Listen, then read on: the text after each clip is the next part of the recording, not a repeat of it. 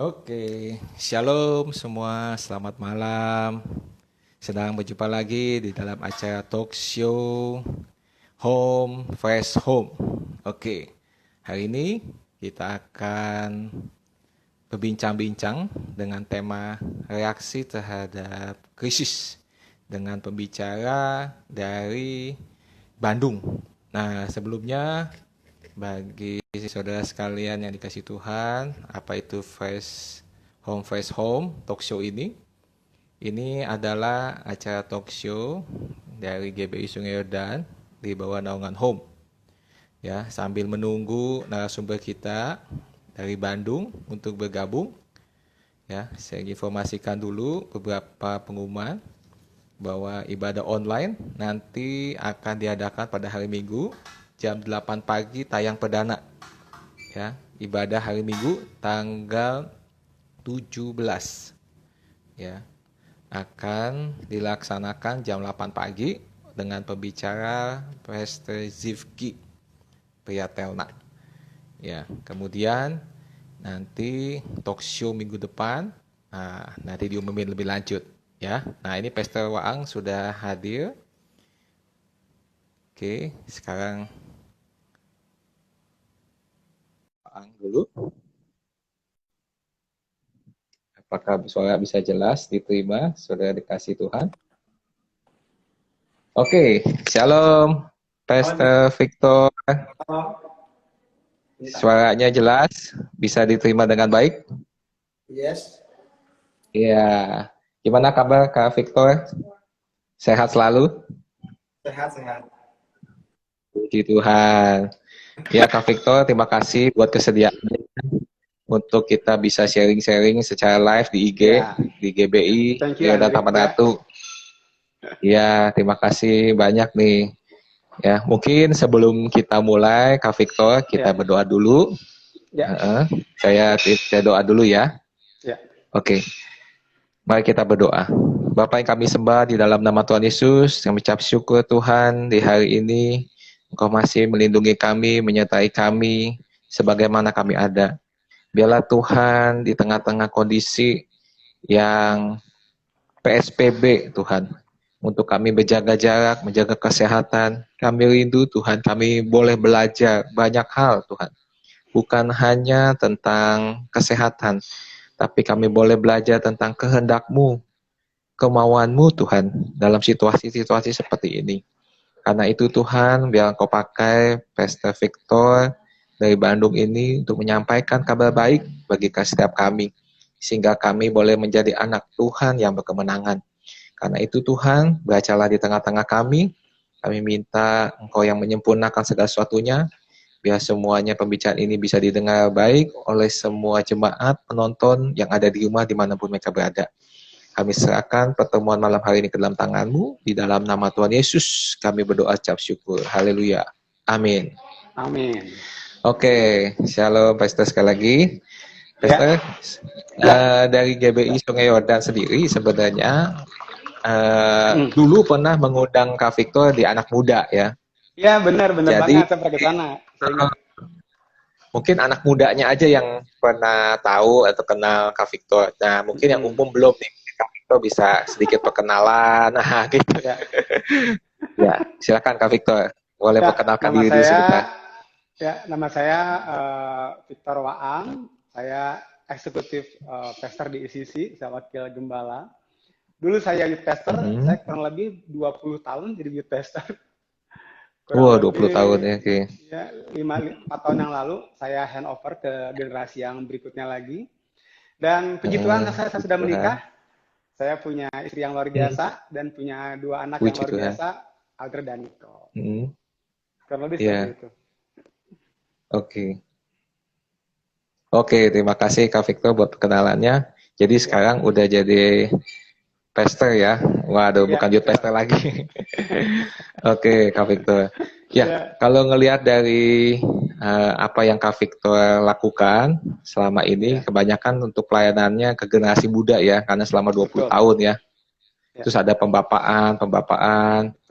Nah, Kak Victor, Ya, Apa sih yang membuat Kak Victor ini sampai tergerak sampai ke anak muda? Mungkin sedikit buat perkenalan, awal mulanya mulai dari mana gitu Kak Victor? betul. Eh, Kemungkinan besar karena saya dulu dijangkau waktu saya pelajar. Mm-mm. Saya Oke, dijangkau waktu kelas 1 SMP dari dan SMP. potret itu nggak pernah lupa. Saya bersyukur waktu itu Oh, waktu kelas 1 SMP ada orang yang bersusah payah untuk susah Pak ya? menyatakan kasih Tuhan dalam hidup saya.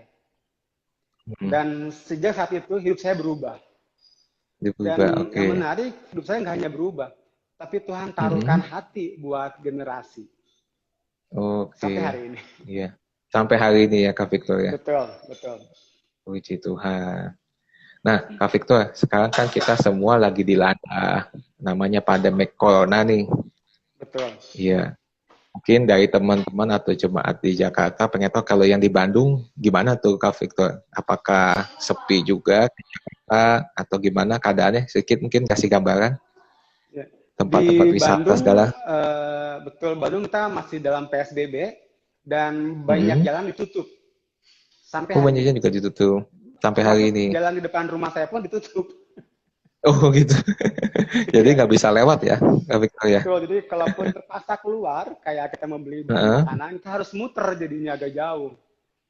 Oh gitu, oke. Karena yang Iya itu iya, cukup nggak banyak apa-apa ya. di Bandung.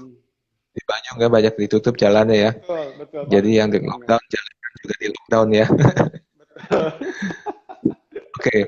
Nah, Kak Victor, Ya, kita kan akan membahas nih, Kak Victor akan membahas tentang ya, yang namanya reaksi terhadap krisis. Nah, betul. silakan Kak Victor, apa sih, bagaimana reaksi kita gitu? Mungkin Kak Victor silakan untuk sharing. Gitu. Oke.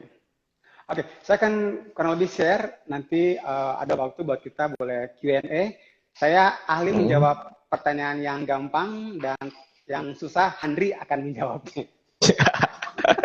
Oke, iya. Jadi para penonton dan jemaah kalau mau bertanya nanti bisa ketik aja di komen.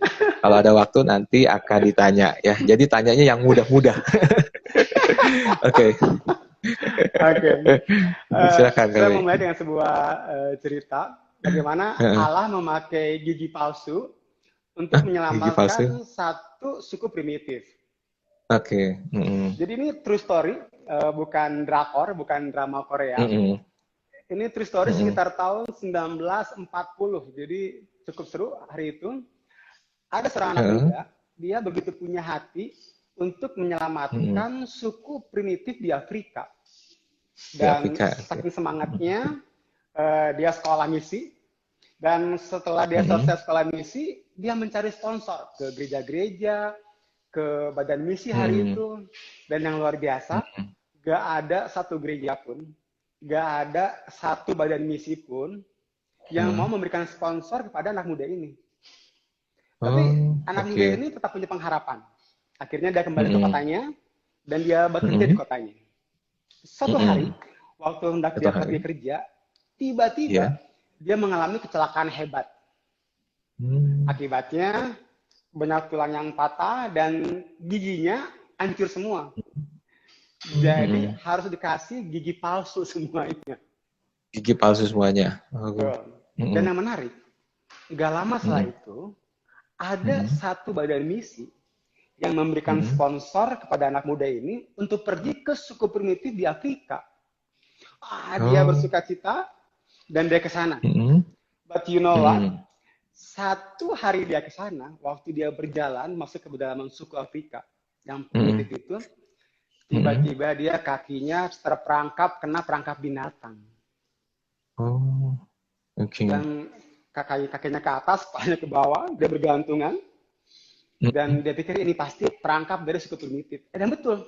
Gak lama setelah itu, tiba-tiba muncul beberapa orang suku primitif, menurunkan dia, Mm-mm. menangkap dia, dia ditaruh di kandang gitu, yang besar. Dan di Mm-mm. depannya dia lihat ada panci yang sedang dipersiapkan. Dia pikir ini pasti dia akan direbus sebentar lagi.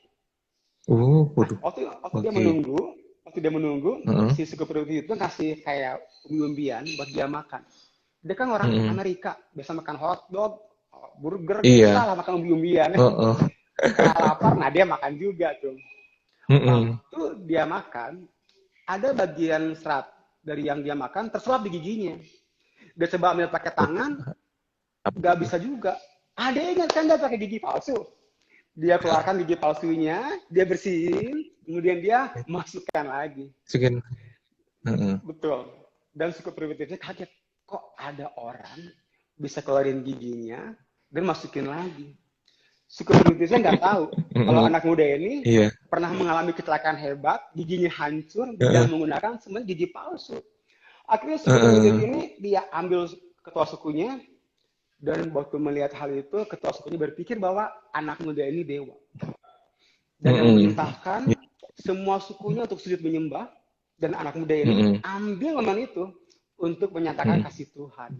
Dan hari itu satu suku menerima Tuhan Yesus sebagai Tuhan dan Juru Selamat. Dan Juru Selamat.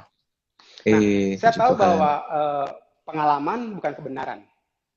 Iya, karena betul. Tuhan punya pengalaman yang berbeda-beda buat setiap kita. Tapi kita dapat belajar dari cerita ini bahwa krisis yang Tuhan izinkan masuk dalam kehidupan kita pasti itu buat kebaikan dan pasti itu dalam kendali dan kontrolnya Tuhan. Itu yang saya percaya. Benar nggak, Andri? Betul, setuju. Betul. Iya. Nah, itu sebabnya saya kasih judul sharing saya kasih judul Your Response, Your Result. Respon kita akan menentukan hasil apa yang akan kita peroleh buat diri kita. Betul. Nah, kalau kita baca di Ayub 1 ayat yang ke-1 sampai yang kedua, diceritakan bagaimana Ayub dia punya 7 anak laki-laki dan 3 anak perempuan. Tapi di Ayub 1 yang ketiga dikatakan dia punya 7.000 ekor kambing, 3.000 unta, 500 pasang lembu, 500 keledai betina, dan budak-budak dalam jumlah yang sangat-sangat besar. Mungkin kita masih ingat ceritanya. Pada hari itu, semua anak Allah berkumpul, termasuk iblis juga datang.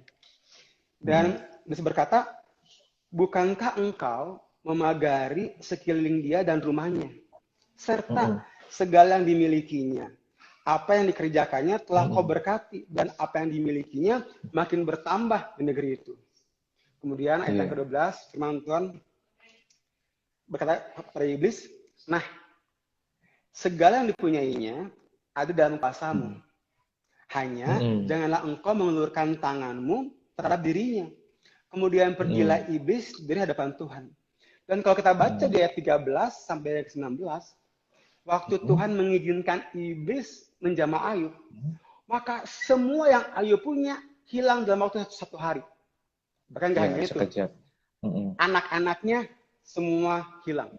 Bisnisnya semua hilang. Hanya dalam waktu 1 hari. Nah, kebayang gak? Tapi saya suka responnya Ayub. Ayub 1 ayat ke-21. Dikatakan, terpujilah nama Tuhan. Jadi, Ayub kehilangan semuanya. Tapi saya lihat Ayub gak kehilangan Tuhan. Dia berkata, terpujilah Tuhan. Nah, saya lihat gini, Indri. Sama seperti Tuhan memagari Ayub, saya lihat Tuhan juga memagari hidup kita dengan perisai anugerahnya. Mazmur 5 ayat yang ke-12. Sebab engkaulah yang memberkati orang benar ya Tuhan, engkau memagari dia dengan anugerahmu seperti perisai. Jadi saya Amin. Atas setiap kita, Tuhan itu memagari kita dengan anugerah perisai. Anugerahnya Tuhan itu menjadi perisai buat kita. Jadi, mari mulai melihat bahwa hal yang buruk nggak ada dari Tuhan. Terkadang Tuhan mengizinkan itu terjadi buat kita. Tuhan yang mengizinkannya. Nah, krisis akan selalu ada. Tapi yang terpenting, bagaimana sudut pandang kita terhadap krisis. Karena sudut pandang kita terhadap krisis yang sedang kita hadapi saat ini akan menentukan respon kita. Dan respon kita akan menentukan result apa yang akan kita peroleh. Krisis itu ada awal, saya percaya juga ada akhirnya. Tapi apa yang kita lakukan selama krisis akan menentukan kita akan jadi seperti apa. Semakin better or menjadi bitter. Hal yang kedua, respon kita terhadap krisis akan menentukan apa yang Tuhan akan percayakan di dalam hidup kita. Apa yang percayakan. Betul. Nah, saya mau kasih beberapa hal tentang sudut pandang yang akan saya share. Yang pertama, krisis itu sementara. Ya. Percaya bahwa krisis itu sementara, pasti ada akhirnya. Amin. Apa artinya sementara? Enggak selamanya. Apa artinya sementara? Pasti akan ada ujungnya. Ya, pasti ada selesainya. Betul. Dan yang menarik bahwa even krisis ini sementara, Tuhan janjikan di 1 Korintus 10 ayat yang ke-13. Nah, saya akan baca terjemahan The Message-nya. Dikatakan seperti ini. Tidak ada ujian atau pencobaan yang datang melebihi kapasitas kita. Yang perlu kita ingat adalah bahwa Tuhan tidak akan pernah mengecewakan kita. Dia tidak akan pernah membiarkanmu didorong melewati batasmu. Dia akan selalu ada untuk membantu kita melewatinya. Jadi ini ayat luar biasa buat saya. Mari percaya bahwa janji Tuhan ya dan amin buat kita. Amin. Dalam krisis ini yang pasti cuma satu, janji Tuhan. Yang dia berjanji nggak ada ujian atau pencobaan yang datang melebihi kapasitas kita. Yang perlu kita ingat adalah bahwa Tuhan tidak akan pernah mengecewakan kita. Dia tidak akan pernah membiarkanmu didorong melewati batasmu. Dia akan selalu ada membantu kita untuk melewatinya. Yang kedua, percaya bahwa Tuhan ada di tengah krisis. Percaya.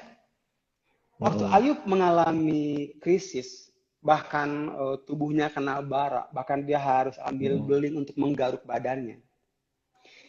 Istri Ayub berkata seperti ini, kutukilah Allahmu dan matilah. Tapi saya suka responnya Ayub, di Ayub 2 ayat ke-10. Apakah kita mau menerima yang baik dari Allah, tetapi tidak mau menerima yang buruk? Statement ini membuktikan bahwa Ayub tahu Tuhan itu ada di tengah krisis. Waktu Natal, kita sering sekali dengar ayat ini. Matius 1 ayat yang ke-23. Anak itu akan dinamai Immanuel. Apa artinya Immanuel? Allah ada bersama kita. Saya temukan itu janji Tuhan. Allah ada bersama kita. Jadi jangan salah baca firman.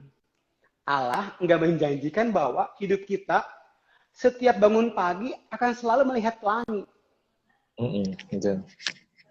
No, akan ada badai juga.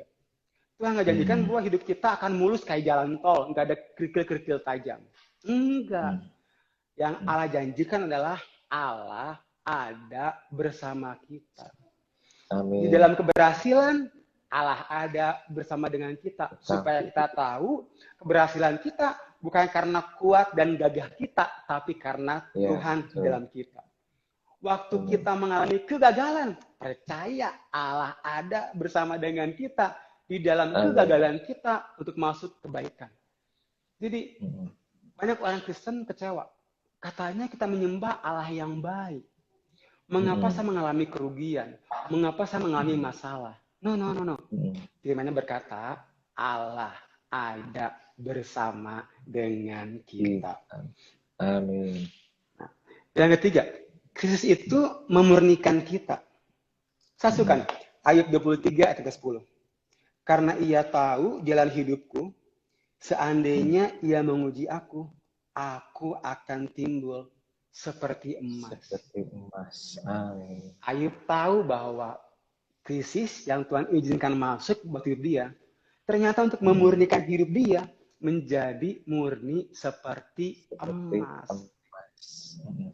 Jadi krisis yang Tuhan ada, saya lihat Tuhan sedang mengangkat hal-hal yang perlu diangkat. Hal-hal yang gak serupa dan segambar dengan Tuhan. Tuhan sedang angkat. Tuhan sedang bawa. supaya kita boleh semakin serupa dan segambar dengan Tuhan. Amin. Amin. Di Maleakhi 3 ayat ketiga dikatakan, memurnikan dan mentahirkan perak. Ia akan duduk seperti orang yang memurnikan dan mentahirkan perak. Ada satu persekutuan ibu-ibu, saya pernah dengar ceritanya. Mereka belajar tentang memurnikan perak ke pandai perak. Mereka lihat, waktu seorang pandai perak ini memurnikan perak, dia sangat konsentrasi penuh. Matanya betul-betul tertuju kepada perak yang sedang dia murnikan.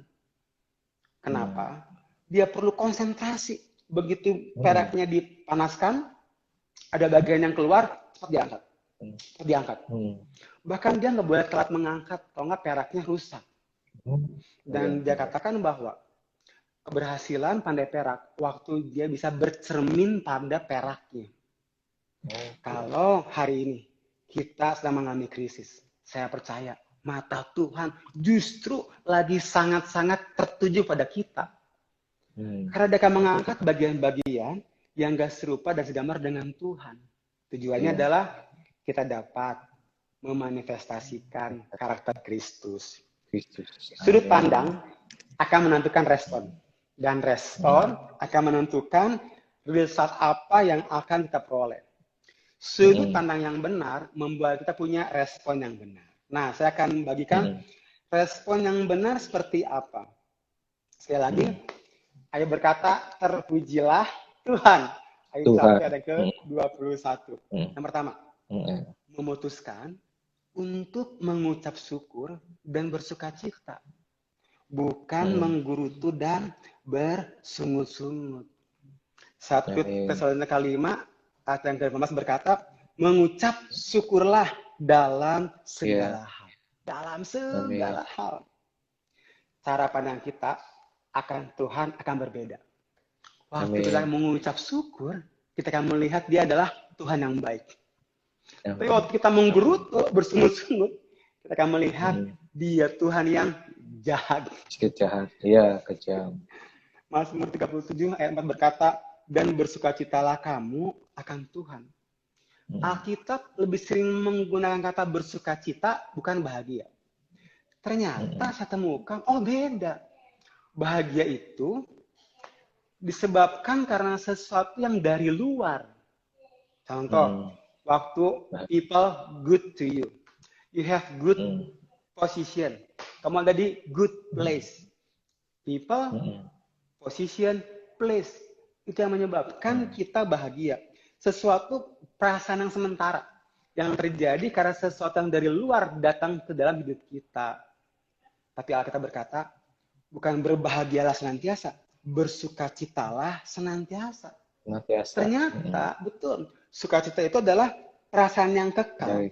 Yang disebabkan oleh sesuatu yang ada di dalam kita. Bahwa kita percaya Tuhan sumber sukacita kita. Amin, amin.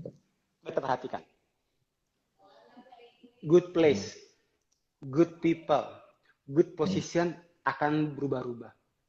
Orang gak selamanya baik sama kita. Orang akan mengecewakan kita.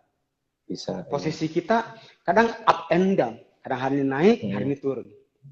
Tapi satu hal yang pasti, yang gak pernah berubah, Tuhan Yesus. Amin. Sebabnya sukacita adalah perasaan yang dari dalam. Karena kita percaya Tuhan itu a living hope. Pengharapan yang hidup. Nah, hal yang kedua adalah memutuskan untuk percaya bukan panik. Kita perlu memutuskan untuk percaya, betul, bukan panik.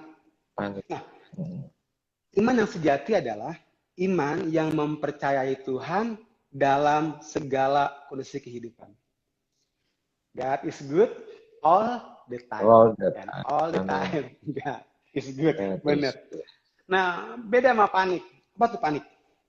Manifestasi dari orang yang mengandalkan kekuatannya. Padahal dia tahu pasti kekuatannya terbatas. Dia tahu pasti kekuatannya nggak mampu menyelesaikan krisis ini. Tapi dia mencoba dengan kekuatannya sendiri. Itu panik. Ya, amin. Nah, Saya nggak bilang bahwa saya nggak belanja buat perbekalan rumah kami, saya belanja. Tapi saya belanja secukupnya. Iya. Saya masih ingat sama istri di hari-hari awal PSBB. Wow, saya mau perang. Saya juga jadi takut sendiri ya. Ini pulang, waktu saya ngantri beli makanan, saya bilang gini, kamu mau percaya atau panik? Kalau percaya, beli secukupnya. Dengan over, ya itu membuat saya yakin iya ya. Saya harus percaya bahwa God is good all the time, and all the time God is good. Nah, Yesaya 41, ayat ke-10, saya akan baca terjemahan The Message-nya. Dikatakan, jangan panik. Saya suka ini ayatnya. Dia katakan, jangan panik. Aku bersamamu. Tidak perlu takut, sebab akulah Tuhan Allahmu. Aku akan memberimu kekuatan. Aku akan memegang engkau dengan teguh, memegangmu dengan erat. Kita perlu tahu bahwa kita bilang jangan panik. Saya suka sebuah quote, dia ngomong kayak gini. When you don't see his hand, you need to trust his heart. Waktu kita nggak dapat melihat tangannya, kita perlu percaya. Baru percaya hatinya. Yang ketiga, memutuskan untuk berpikir positif, bukan berpikir negatif. Nah, saya lihat bahwa setiap bangun pagi, apalagi di awal-awal, saya cukup tertekan. Karena setiap kali saya lihat TV, yang mati nambah, yang mati nambah, yang sembuhnya sedikit, yang mati nambah lagi, nambah lagi. Saya dengar rekan kerja saya meninggal, ini meninggal. Jujur, cukup tertekan. Karena setiap hari ada peperangan yang berkecamuk di pikiran kita. Iblis berusaha mengintimidasi, mendominasi, memanipulasi pikiran kita. Karena kalau dia bisa memanipulasi, mendominasi hidup kita, pikiran kita, dia akan menguasai, memanipulasi, mendominasi hidup kita. Bagus banget ada acara seperti ini, ada konten seperti ini bagus. Untuk boleh memperbaharui, menjaga, bahkan mengisi pikiran kita dengan firman Tuhan.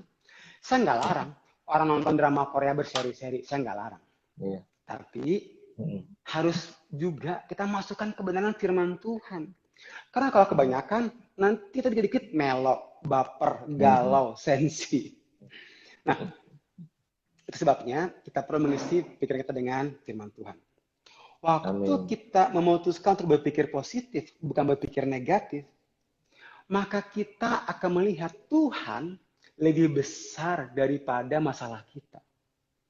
Tapi kalau pikiran negatif menguasai kita lebih dari pikiran firman Tuhan, kita akan melihat masalah kita lebih besar dari Tuhan yang kita sembah. Sebabnya perlu mengisi pikiran kita dengan firman Tuhan. Ketika kita mengisi pikiran kita dengan firman Tuhan, kita akan sadar siapa kita di hadapan Tuhan. Saya suka Zakaria 2 ayat 8 berkata bahwa sebab siapa yang menjamah kamu berarti menjamah biji matanya. Wow. Berarti saya, Handri, adalah biji matanya Tuhan. Terakhir, Ayub 42 ayat yang kelima. Aku sudah mendengar kabar tentang engkau, hanya dengan telinga. Tetapi sekarang mataku telah melihat engkau. Ternyata selama ini Ayub baru mendengar dari telinga dia tentang siapa Tuhan. Dia baru dengar dari apa kata orang. Justru sekarang dia baru mengalami Tuhan. Doa saya, justru dalam krisis ini, kita nggak dengar Tuhan baik dari dengar kesaksian orang. Kita nggak dengar Tuhan baik dari cerita orang. Kita tahu Tuhan baik karena kita mengalami sendiri. Ayub, dia memiliki krisis yang begitu hebat. Dia kehilangan anaknya, dia kehilangan semua yang dia miliki. Bahkan dia kehilangan teman-temannya. Tapi saya bersyukur Ayub punya respon yang benar. Lihat hasilnya apa. Respon yang benar akan membawa kita masuk ke dalam rencana Tuhan. Ini responnya Ayub. Ayub 42 ayat yang ke-12 sampai yang ke-16. Tuhan memberkati Ayub dalam hidupnya yang selanjutnya lebih daripada dalam hidupnya yang dahulu. Ternyata Tuhan memberkati Ayub lebih lagi setelah Ayub punya respon yang benar ketika melewati krisis. Ia mendapat 14.000 ekor kambing domba. Dulunya hanya 7.000. Dan 6.000 unta. Dulunya hanya 3.000. 1.000 pasang lembu. Dulunya hanya 500. Dan 1.000 ekor keledai betina. Dulunya hanya 500. Ia juga mendapat 7 orang anak laki-laki. Tuhan kembalikan lagi. Dan 3 orang anak perempuan. Dan anak perempuan pertama diberi namanya Yenima. Yang kedua Kezia, dan yang ketiga Keren Hapuk. Di seluruh negeri tidak terdapat perempuan yang secantik anak-anak Ayub. Wow. Dan mereka diberi ayahnya milik pusaka di tengah-tengah saudaranya laki-laki. Sesudah itu Ayub masih hidup 140 tahun lamanya. Ia melihat anak-anaknya dan cucunya sampai keturunan yang keempat. Wow. Ini Ayub kayaknya udah bosan hidup kali. Di sampai keturunan yang keempat dia lihat amazing. Nah, respon kita di saat krisis akan menentukan apa yang Tuhan akan percayakan pada kita. Tuhan percayakan lebih dari sebelum Ayub menghadapi krisis. Tapi respon yang benar akan membentuk kita jadi seperti apa. Gambaran anak-anak Ayub adalah gambaran kepribadian Ayub setelah melewati krisis. Yemima artinya burung merpati. Bicara soal pengurapan Roh Kudus. Kezia parfum. Bicara soal hadirat Tuhan. Keren Hapuk artinya tanduk. Bicara soal kekuatan. Ternyata waktu Ayub sebelum krisis, ketika dia melewati krisisnya, dia menjadi pribadi yang berbeda. Dia menjadi pribadi yang kuat di dalam hadirat Tuhan dan berjalan di dalam pengurapan. Ayub bukan orang yang sama lagi karena responnya benar. Dengan krisis ini, saya mengencourage. Punyai sudut pandang yang benar. Karena sudut pandang yang benar akan membuat kita mempunyai respon yang benar. Tuhan Yesus memberkati. Kurang lebih gitu, Andri, yang saya share. Mantap, Kak. Thank you. Pencerahan kita. betul sekali. Oke, jemaat yang dikasih Tuhan. Jika mau ada yang bertanya, nanti bisa ketik di komen, nanti bisa saya bacakan. Tapi saya juga ada pertanyaan nih, Kak Fik. Ya, tadi sampai terkagum-kagum. Saya suka statement yang tadi nih, yang dikatakan, jika tidak bisa melihat tangan Tuhan, percayalah kepada hatinya Tuhan. Wah, ini dalam banget ini. Betul. Ya, seringkali memang yang kita suka lihat dan kita minta tangan Tuhan mulu ya. Betul. Doa minta berkat, apa-apa minta perlindungan, apa-apa minta yang Tuhan bisa kasih. Tapi kita nggak pernah minta apa hatinya Tuhan. Jadi memang hari ini kita belajar bukan hanya menanti dan melihat tangan Tuhan, tapi belajar percaya melihat hatinya Tuhan ya. Amin. Nah, betul banget. Nah, Kak Fik, di tengah-tengah seperti pandemik ini nih, ya, kan semua orang sekarang semuanya stay at home. Gereja nggak ada, kelompok sel kalau kita di sini sebutnya home juga nggak ada.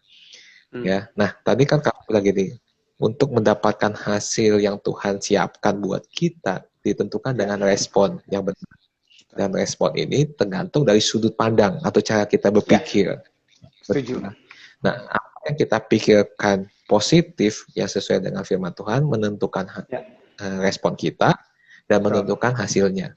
Nah, sekarang gini Kak, kita sebagai manusia kan nggak bisa berdiri sendiri. Kadang seringkali ini kita manusia itu satu sulit disiplin, sulit konsisten.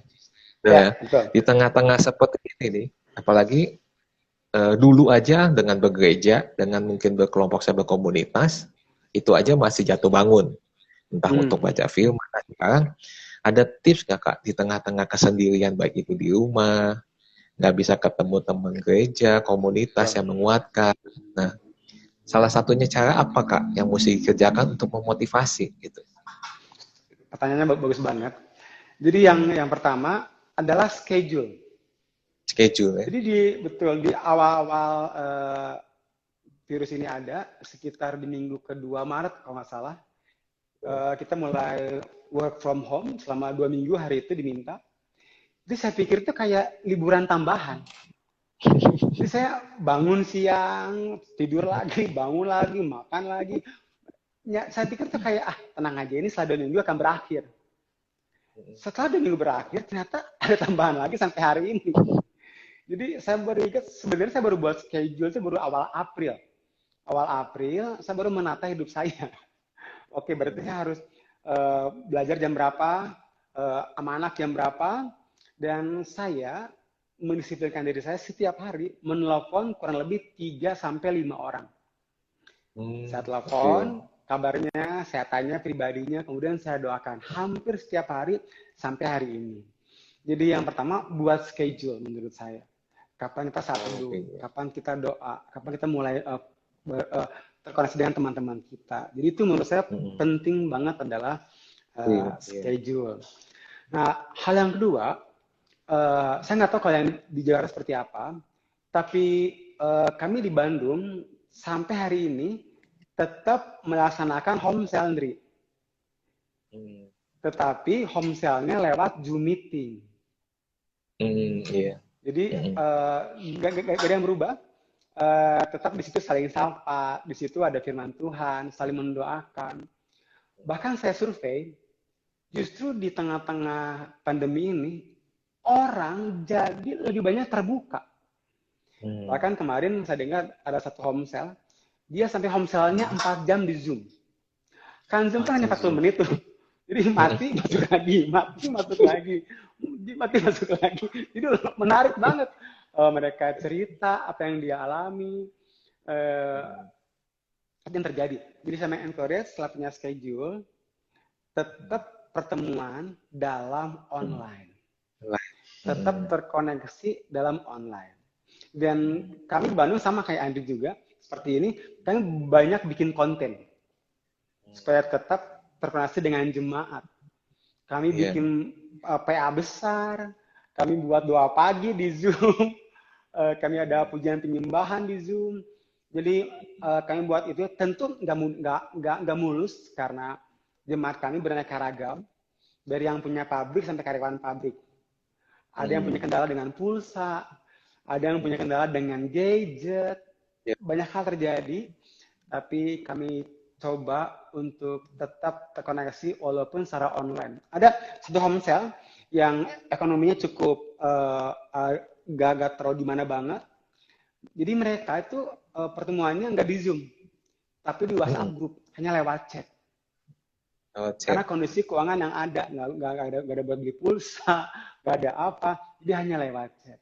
Jadi sama encourage untuk mendisiplinkan diri kita, tetap terkoneksi dengan online apapun caranya. Dan kalau dengan Zoom mungkin terlalu menghabiskan kuota, mungkin dengan WhatsApp group, sekedar menyapa, itu menurut saya udah membantu banget. Itu sih. Banget ya. Oke, thank you Kak. Ya. Oke, mungkin dari pemirsa jemaat ada yang mau bertanya, silakan. Coba saya lihat.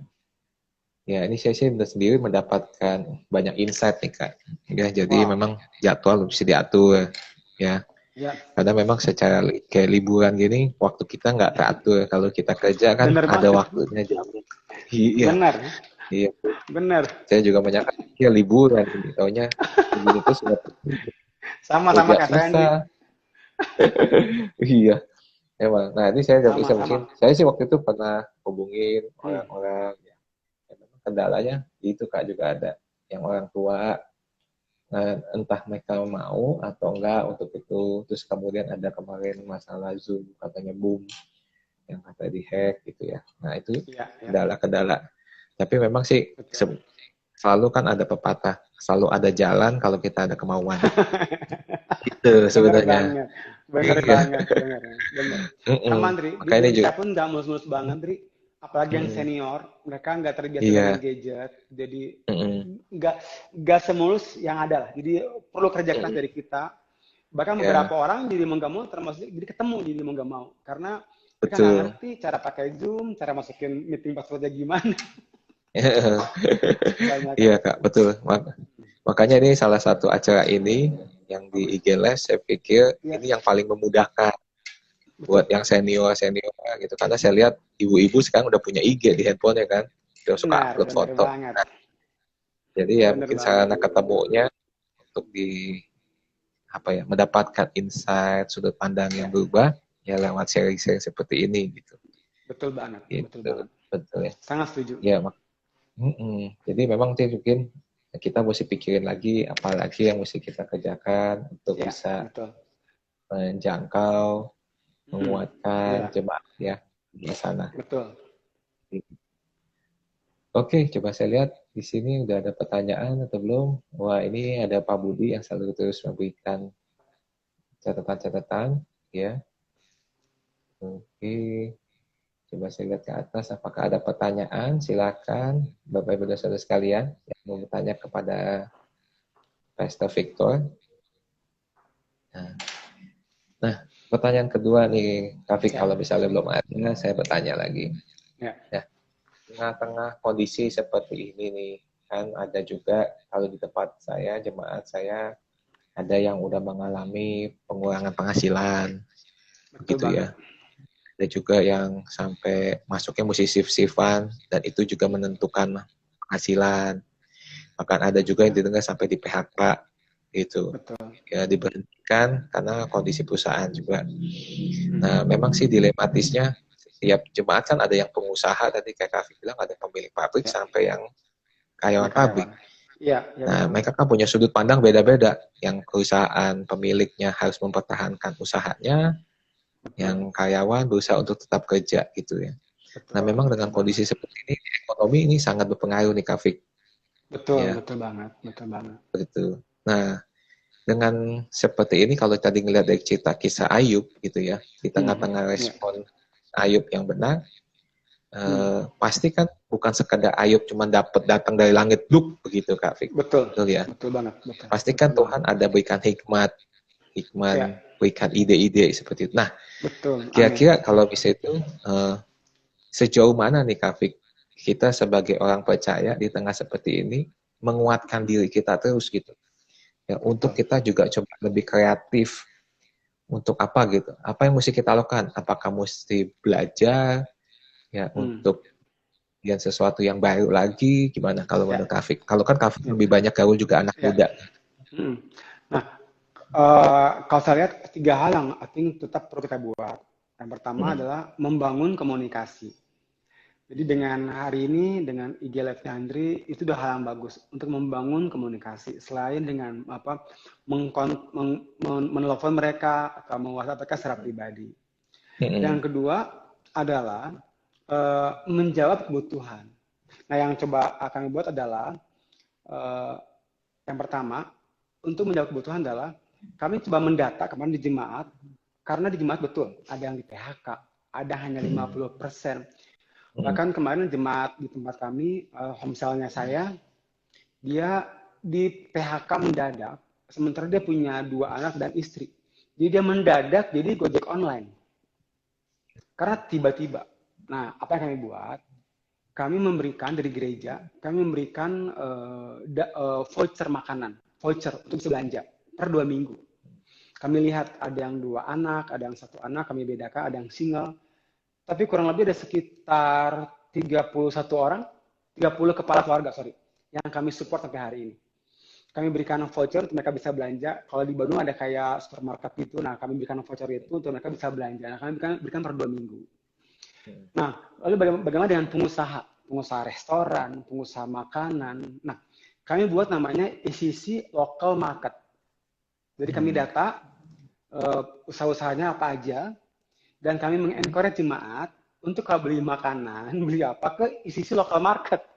Jadi contoh saya sekarang, saya kalau beli sayur ke ECC Local Market. Karena waktu saya beli sayur ke ECC Local Market, saya memberkati jemaat yang ada. Saya kalau mau Hmm. beli masker, saya beli ke jemaat, gimana di sisi local market. Jadi kami coba jembatani supaya para pengusaha juga tetap survive di tengah-tengah kondisi seperti ini. Kami selalu encourage jemaat kalau beli barang A, barang B ke jemaat sendiri aja, sangat memberkati mereka. Dan hampir dua ini udah terjadi. Dan saya tanya gimana, mereka cukup survive karena jemaat kita membeli ke mereka juga. Betul. Jadi itu yang kami buat. Kami buat sisi Heart You, jadi kami berikan support secara material ke mereka. Tapi yang kedua kami buat sisi local market untuk membantu para pengusaha buat tetap survive. Bahkan saya encourage teman-teman saya kalau beli barangnya beli ke si A, ke si B untuk membuat mereka tetap survive. Nah, Kadir. Jadi yang kami buat ada dua untuk menjaga kebutuhan, sisi Heart You, jadi kita berikan donasi ke mereka. Tapi yang kedua adalah sisi local market untuk membantu si para pengusahanya kayak gitu. Karena begitu yang kita buat. Oke, ya. Oke, thank you banget buat insight-nya. Ya, puji Tuhan kita bisa dapat pencerahan dari Kak Fik. Biar kita tetap semua punya respon yang benar. Ya. Amin. Terima kasih banyak Kak Fik. Ini waktu masih ada hampir 10 menitan. Ya, kita akan selesai. Gitu. Mungkin Kak Fik ada yang mau dipromosikan, ada buku, ada apa mungkin? Silakan. Saya lagi membuat buku. Berharap akhir tahun ini keluar. Nanti Andri beli ya. Janganlah Andri apresiasi lah. Thank you. Oke. Iya, bukunya ya. Kapan keluar kira-kira? Kapan keluar kira-kira? Aku udah beres 2 bab nih. Saya berharap sekitar bulan November keluar. Amin. Oh, November. Amin. Baru 2 bab ya. Intinya 100 bab ya, Kak? Enggak banyak lah. juga ya kayaknya. Ada sekitar 20 bab lah. 12. Oh, oke. Iya, baik. Bapak Ibu, saudara sekalian dikasih Tuhan, jika mungkin ada Oh iya, ada Kasamito. Kalau misalnya anaknya mau kuliah di Bandung, jangan lupa gerejanya ke ICC Bandung, ya. Beberapa dari anak muda di tempat kami juga, Kak, ada juga yang di tempat kafe. Ya, waktu itu ada Mary, ya, terus kemudian ada Ivan, gitu ya. Nah, kami rekomendasikan yang saya kenal Pastor aja ya itu Kafik di situ, ya, bisa belajar tempat penitipan anak. Ya, gitu. Jadi kalau misalnya Bapak Ibu juga anaknya mau kuliah di Bandung, ada komunitas yang terjamin. Ya. Saya jamin oke lah buat tempat di situ. Gitu. Oke, sekali lagi Kafik, terima kasih banyak buat harinya. Gitu.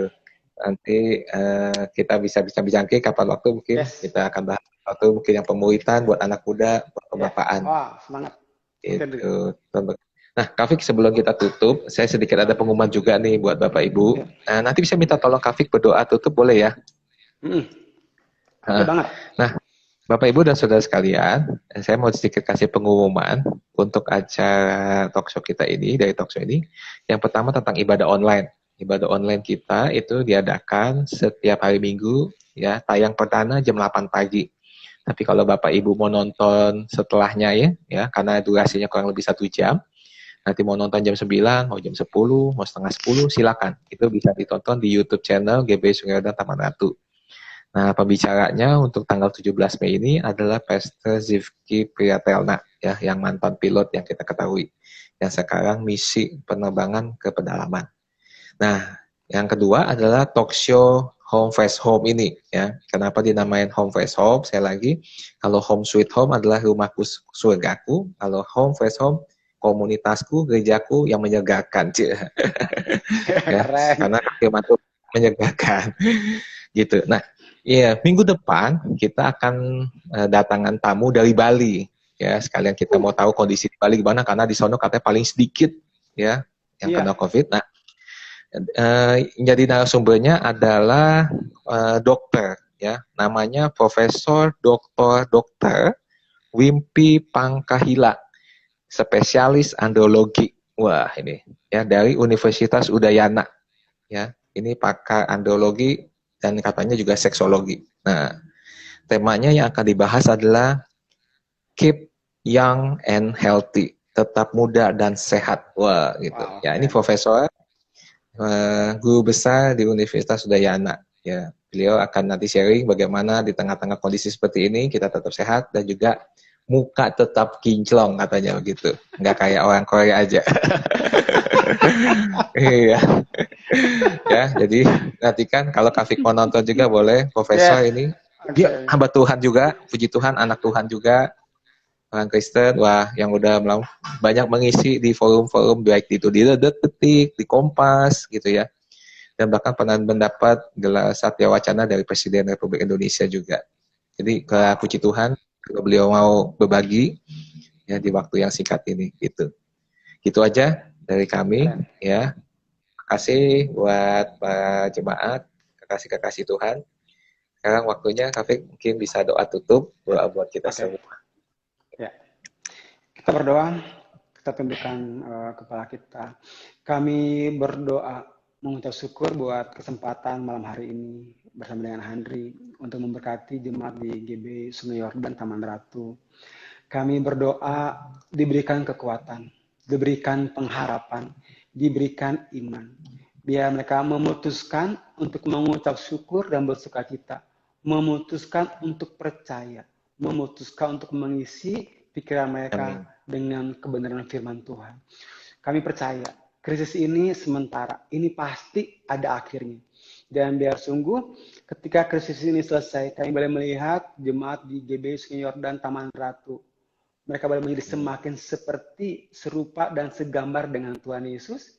Bahkan Tuhan boleh mempercayakan hal yang besar atas mereka, karena diperbesar kapasitasnya di tengah-tengah krisis ini. Berdoa, biar damai sejahtera Tuhan, penyertaan Tuhan, boleh ada atasmu secara pribadi, pernikahanmu, pekerjaanmu, dan juga pelayananmu.